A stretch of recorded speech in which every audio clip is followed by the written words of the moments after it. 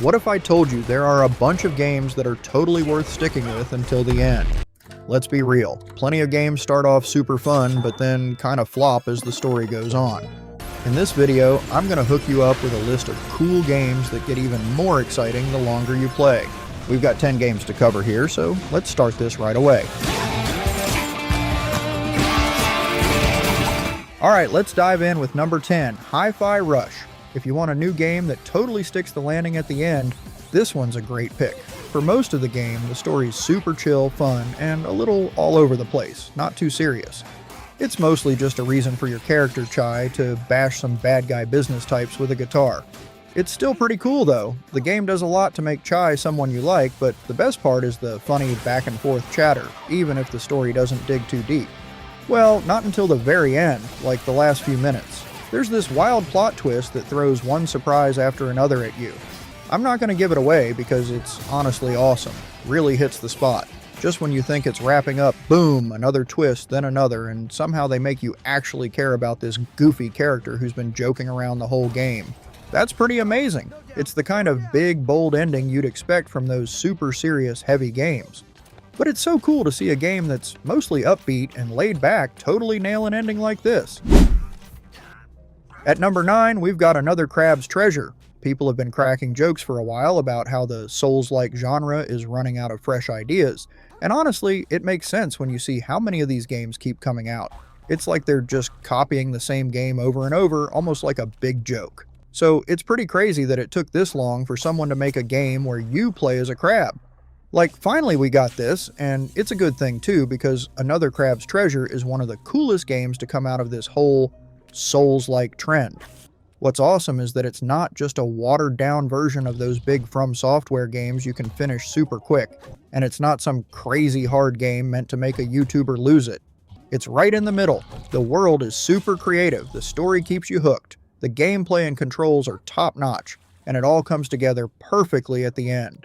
For real, if you think crabs are cool and you're up for a game that's challenging but won't make you want to quit, Another Crab's Treasure is a must-try, and you'll probably want to wrap it up in just a few play sessions. The ending? No way we're giving it away here. It's totally wild and blows your mind about what a silly crab game can do.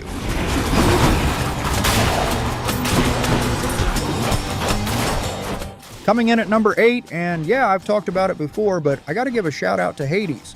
When most folks hear about a roguelike game, they probably think it's just a never-ending, same-old grind that goes on forever. But there's something awesome about trying to see how far you can get. If any game shakes up that idea, it's totally Hades. This game is built so you'll want to finish every mission, chat with every character, and fully power up all your weapons. It's a roguelike that keeps you coming back with cool rewards and a special story that unfolds when you finish, making you want to replay the endgame. Get this, you don't even get the real ending the first time you win. You've got to beat Hades a bunch of times to see the true final wrap-up, which might sound like a pain, but the way the game's set up, you'll probably keep playing even after winning just to check out everything. After banging your head against those early, easier bosses and finally nailing the right boost to make it to the end, it feels so good. Plus, the game tosses in a ton of fun stuff to keep you pumped to play more. Here's the deal. Whether you win or lose, wrapping up a run in Hades isn't the end of the story. The tale keeps going, and they always find smart, fun ways to keep you hooked. Not by dangling some annoying prize, but with creative, exciting stuff that just feels right. Coming in at number 7, we've got Firewatch from 2016. This game's short and pretty simple. You step into the shoes of Henry, a firefighter chilling in a watchtower, taking in the peaceful, quiet vibe of nature, loving the gorgeous, crisp scenery, until something weird happens. Like a lot of story-heavy games or adventure titles, you've got to ease into Firewatch's slow, steady story before things start getting exciting. A big, mysterious puzzle starts brewing in the national park where you're working. While you're playing, it might remind you of other mystery games, there's no shortage of those, but this one totally sticks the landing. Without spilling any secrets, if you finish this game, it throws in some unexpected curveballs. It's super satisfying, not just because the story's written so well or the acting's top-notch, but because it's like a perfectly cooked suspense flick. For something that looks like a basic walk-around game at first glance, it's actually a blast in all the right spots. Best of all, it gives you a solid ending, a real wrap-up that you don't always get in these kinds of stories. It drops hints about where things might head, but then goes its own way, staying true to its story in a way that feels awesome. That can't be possible! Coming in at number 6, we've got Sifu. This game's one of a kind, and man, is it tough. It grabs that old school 90s beat 'em up vibe and totally reinvents it for modern systems, throwing in a super engaging story and an awesome ending. Like some other games on this list, it can feel like a lot to handle. It's so hard it might make some folks want to give up, but if you stick with it, the ending is totally worth it. For starters, just the thrill of smashing through every enemy in the game is enough to make it a standout. But here's the cool part, in the updated version, they let you choose to spare the 5 big bosses you fight, and that adds a whole new twist to the story. What used to be a pretty basic setup, like those classic get revenge movies, now gets way more interesting and deep. It makes you think, is it better to go all in on revenge, or to be the bigger person and show mercy? Playing it both ways gives you a fuller, more exciting story, and it makes the ending even better. Like I said, the regular way is still a blast, but choosing mercy is just so cool. At number 5, it's BioShock Remastered. This game was way ahead of its time, especially since most big game series start to fizzle out, run out of new ideas, or just don't hit as hard after a while. But BioShock, it came out swinging from the get-go, and I'm not just talking about the story, even though it's awesome.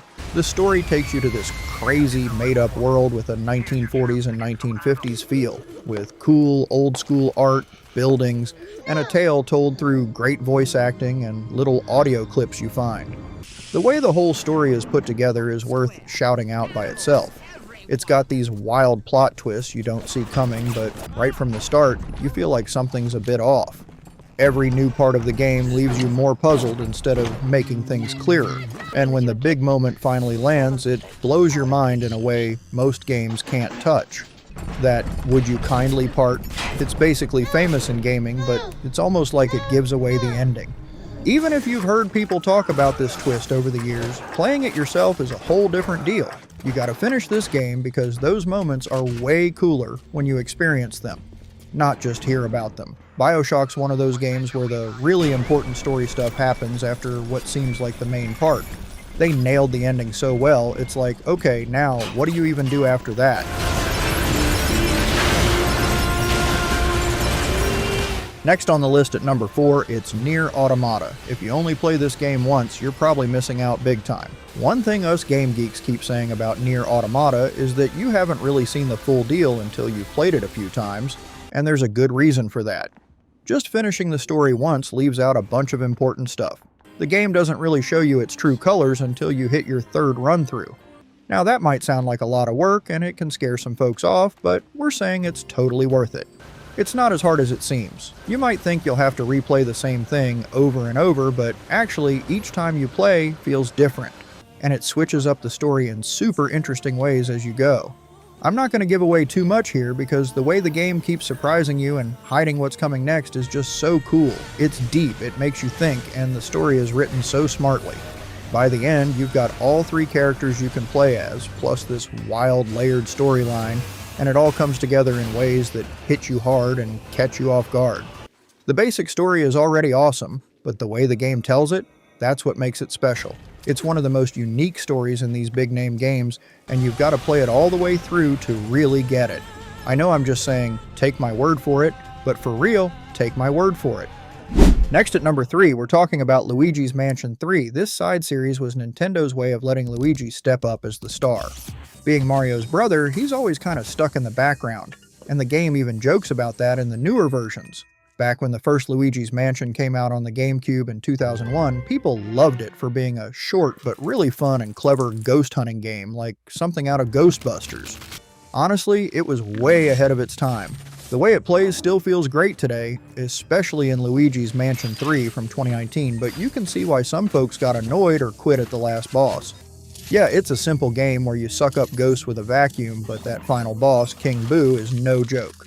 Some people, like my girlfriend, just want a chill ghost-catching vibe with Luigi's Mansion, and that last fight probably scared off a few players. It's got different stages, takes forever to beat, throws in smaller enemies, and has everything that can make a boss fight a pain.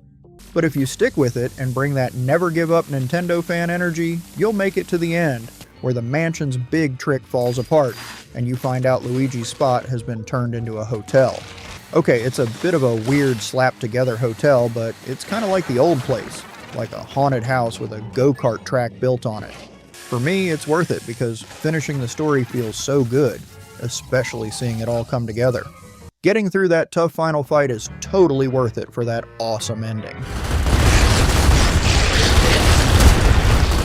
Coming up next, it's the first Gears of War. This might be an old opinion, but we think the original Gears of War is way more exciting and satisfying than the games that came after it.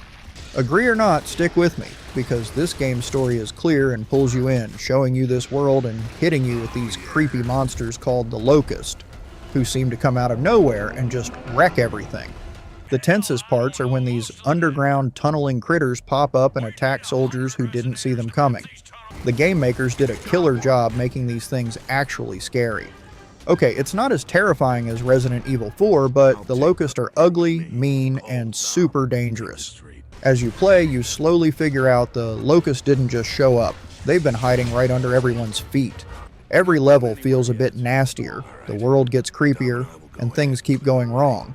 By the end, when you're deep in the Locust mess in this super dark, almost can't see anything finale, it's awesome. It's one of those games where getting to the end feels like a big deal. The danger keeps ramping up, there's this cool mystery vibe, and diving deeper into the darkness is one of the best parts of the whole series. There's some really creative stuff in there. And to finally conclude this list, we have Shadow of the Colossus. Now look, it's not quite Ico, but it's got some of that energy. It's atmospheric, it relies heavily on setting and music to tug at your heartstrings, but what really gets you is how harsh it is. The opening is so downbeat, so low energy, it feels like a slog to get through. Nothing happens in the first 10 minutes. All the setup is completely silent, and it puts you in such a strange, reflective frame of mind. And it's a game about someone trying to bring back a dead girlfriend. That's sad. Then the game starts, and it doesn't seem that sad anymore. I mean, it's a fun, epic adventure. And then, after you beat the first Colossus, you stab him in the head over and over again, he falls down, and then something not exactly the same as you would expect happens. It's not a pure triumph, and this air of melancholy, it is pervasive. You know something's wrong, you sense it, but the game gives you no answers. It's only after you took out most of the Colossi and their innocence is hammered in further and further does it really start to weigh on you, the slaughter. And that's what makes the ending hit so hard. You're forced to deal with consequences. There's nothing heroic here. In many ways, you are the villain, but you're not some monster killing for greed or fun. It's just about love. That's what makes it hit so hard. You're not doing this for selfish reasons, but your obsessive single-mindedness brings you ruin.